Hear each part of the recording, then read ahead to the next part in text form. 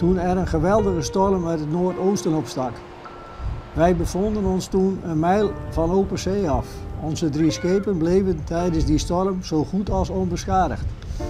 Maar op 30 september, toen de wind geleidelijk begon af te nemen, werden onze 3 schepen door de geweldige kracht van de hooggaande zeeën, deining, tussen het ijs ingeklemd en door het ontzettende beuken van het ijs in 1 ogenblik verbrijzeld.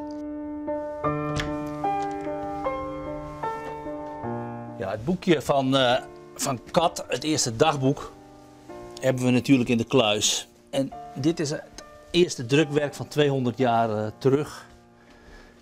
Het originele dagboekje, zoals het door Maarten Martens is geschreven.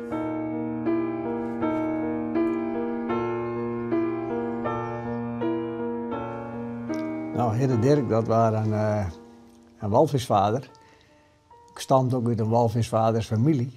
En die had een randmet gemaakt in 1777, 1778 bij Groenland. En daar had hij een dagboek over geschreven.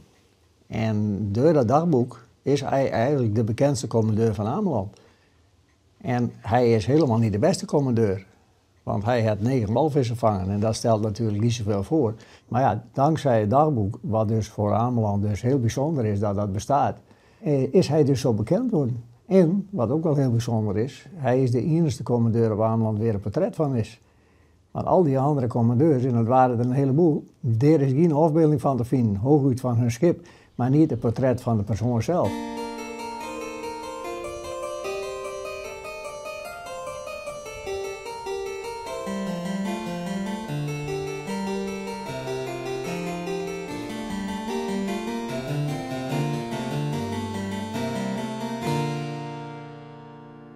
De scheepskist, zo stellen wij ons dat voor, met zijn portret, wat uit de overlevering telkens is nagetekend.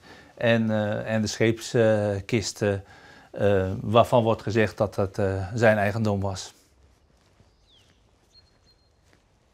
Nou, dit is hem. Ruim 300 pond. Dus behoorlijk zwaar, heel dik ventje. Maar dat waren hij nog niet toen hij natuurlijk op zee zat. Dan waren hij misschien wel stevig, maar lang zo dik niet als nou. Want op zijn oude dag is hij natuurlijk nog wat dikker worden. Maar zo zag je er dus in het lest van zijn leven uit. In de straat waar hij woont het dus.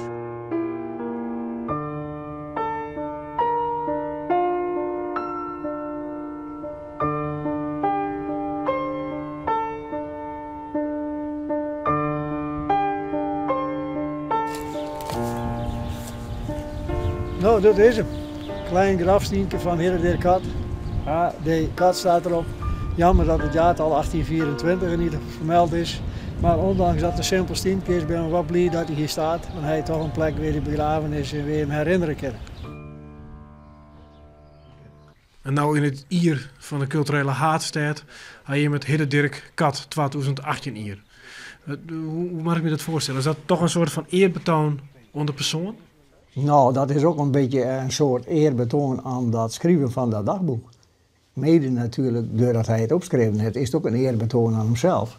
Het dagboek biedt zoveel mogelijkheden, ook in deze tijd, om onderwerpen aan te verbinden. En iedereen bleek bereid dit thema van Hidde Dirk Kat in dit jaar 2018 uit te dragen. De ene die maakte er een muziekvoorstelling van. De ander die knoopt het onderwerp vluchtelingen aan het thema. Het dagboek biedt zoveel mogelijkheden, ook in deze tijd, om onderwerpen aan te verbinden. En vandaar dat het dagboek als uitgangspunt is gekozen. En vandaar dat we het jaar HD Kat hebben genoemd hier op Ameland. Ik, H.D. Kat, redde 7 sloepen en wat leeftocht. De een zag de ander met droefheid aan. In somber gepeins verzonken over hoe en waar wij, in deze treurige toestand met de dood voor ogen, onze levensdagen zouden eindigen.